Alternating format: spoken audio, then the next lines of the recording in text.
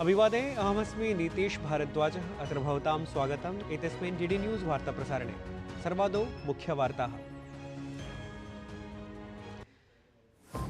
लोकसभा निर्वाचनानि आलक्ष्य सप्तमाय अन्तिमचरणाय च प्रधानमन्त्रिणः अनारतं प्रचाराभियानम्।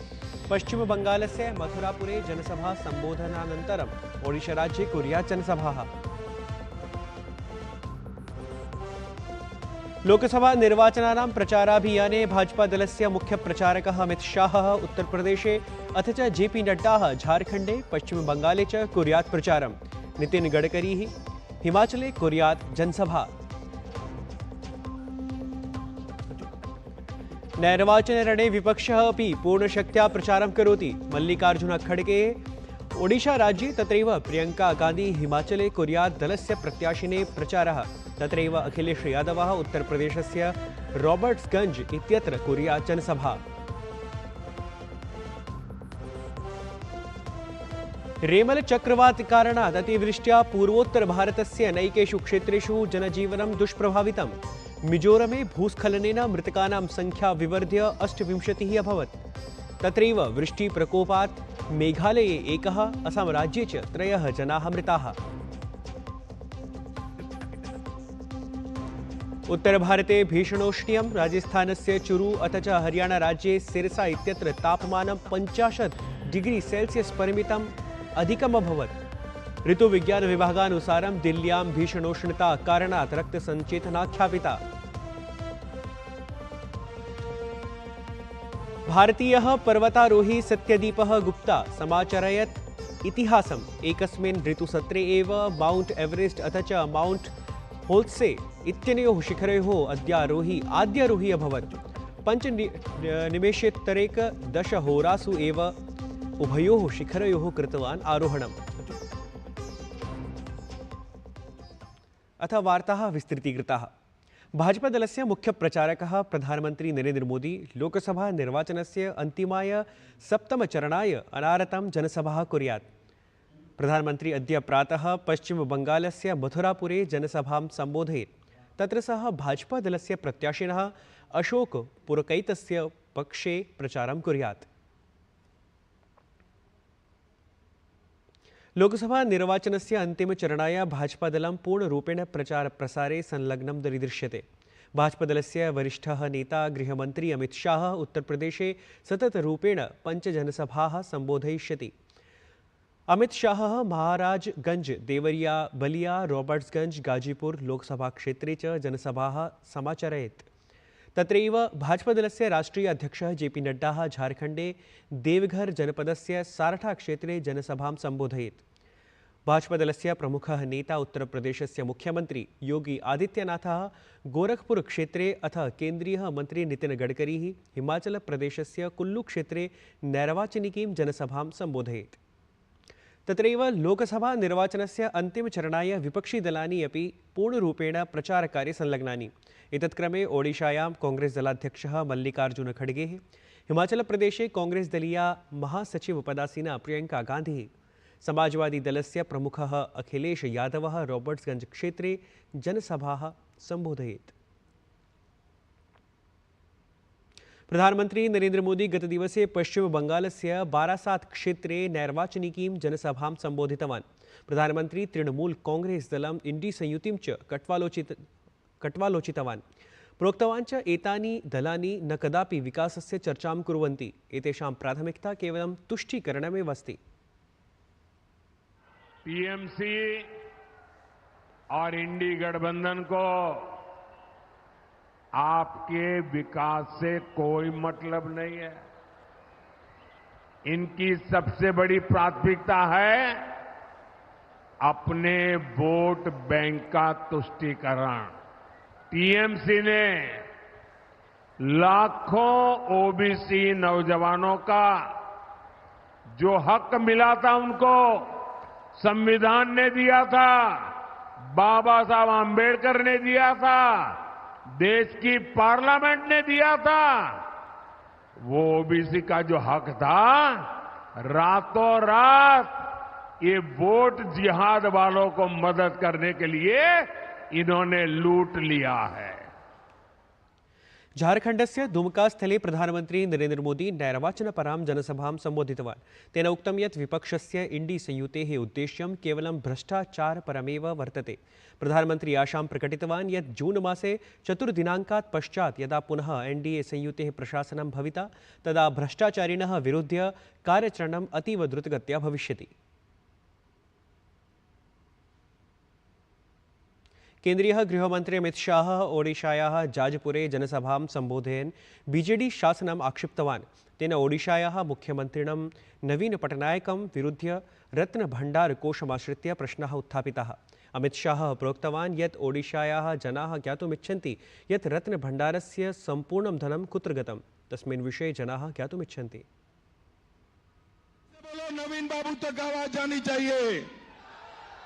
रत्न भंडार की जांच रिपोर्ट जारी होनी चाहिए या नहीं होनी चाहिए।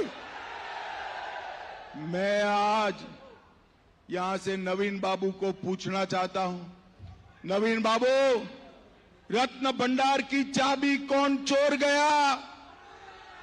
नवीन बाबू, ओडिया जनता को बताइए, रत्न भंडार की डुप्लीकेट चाबी आपने बनाई है या नहीं बनाई है?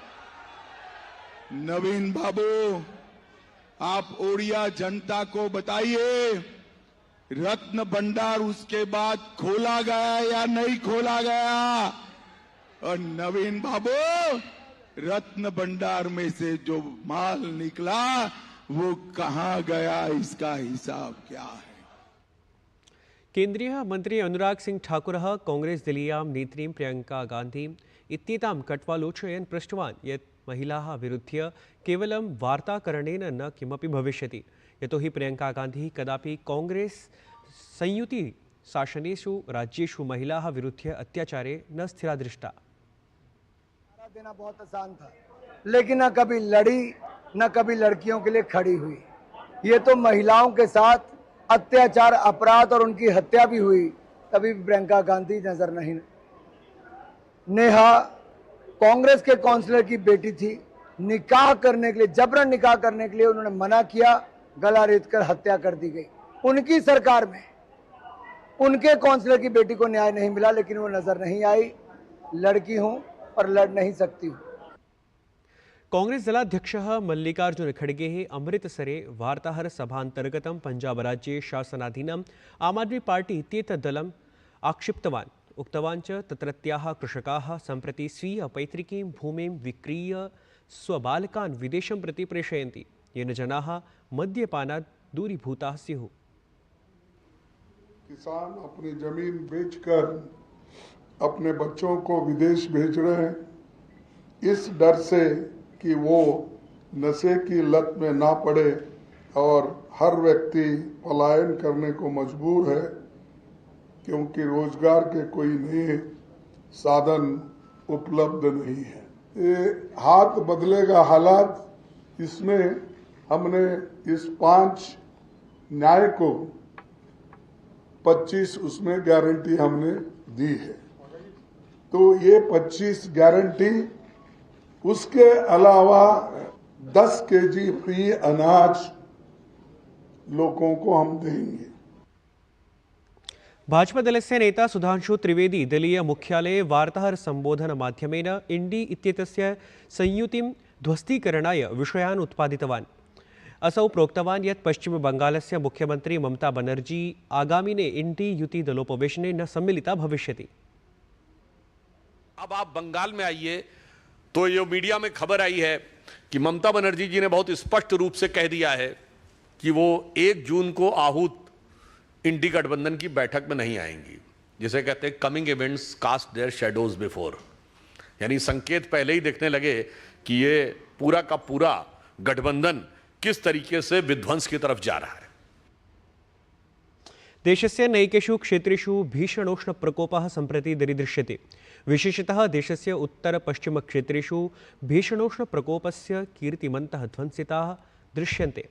राजस्थानस्य चूरुनगरे गतदिवसे अधिकतम तापमानं 50 अंकीभूतम्।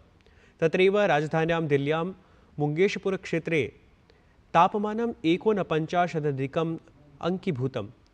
ऋतुविज्ञानविभागस्य वैज्ञानिकः डॉक्टर R.K. जेनामणिः आकाशवाण्या सह विशिष्टे संवादे प्रतिपादितवान् यत् अग्रिमद्विदिवसयोः देशस्य उत्तरपश्चिमक्षेत्रे भीषणोष्णप्रकोपस्य स्थितिः यथावदेव भविष्यति। रेमल इत्येतेन चक्रवातेन पूर्वोत्तरभारते जनजीवनं दुष्प्रभावितं कृतम्। पूर्वोत्तरस्य नैके क्षेत्राः एतेन दुष्प्रभाविताः सन्ति। एतेन मिजोरमे 28, असमे 3, मेघालये च 1 जनः कालकवलितः। मिजोरमस्य राजधान्यां भूस्खलनेन मृतकानां संख्या विवर्ध्य 28 जाता। मिजोरमस्य मुख्यमंत्री लालडुहोबा मृतकपरिजनेभ्यः 4 लक्षरूप्यकात्मिकीं सहायतां समुद्घोषितवान्। असमराज्यस्य नैकेषु जनपदेषु रक्तवर्णीयसञ्चेतनानन्तरम् अद्य शैक्षिकसंस्थानानि पिहितानि भविष्यन्ति। राज्यस्य मुख्यमंत्री हिमंत शर्मा बिस्वा इत्यसौ एक्स पटलमाध्यमेन एतद्विषयिकीं सूचनां प्रकाशितवान्।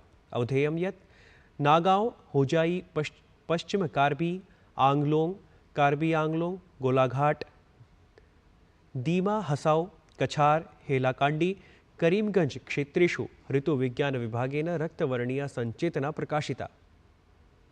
भारतीयः पर्वतारोही सत्यदीप गुप्ता समाचरयत् इतिहासम्। एकस्मिन् ऋतुसत्रे माउंट एवरेस्ट अथ च माउंट होल्से इत्यनयोः शिखरयोः आद्यारोही अभवत्। 5 निमिषोत्तरैकादश होरासु एव उभयोः शिखरयोः कृतवान् सः आरोहणम्। एतत् वार्तासंस्करणम् अधुना सम्पद्यते। अभिनववार्ताभिः सह पुनः उपस्थास्यामः। तावत् मङ्गलं भूयात्।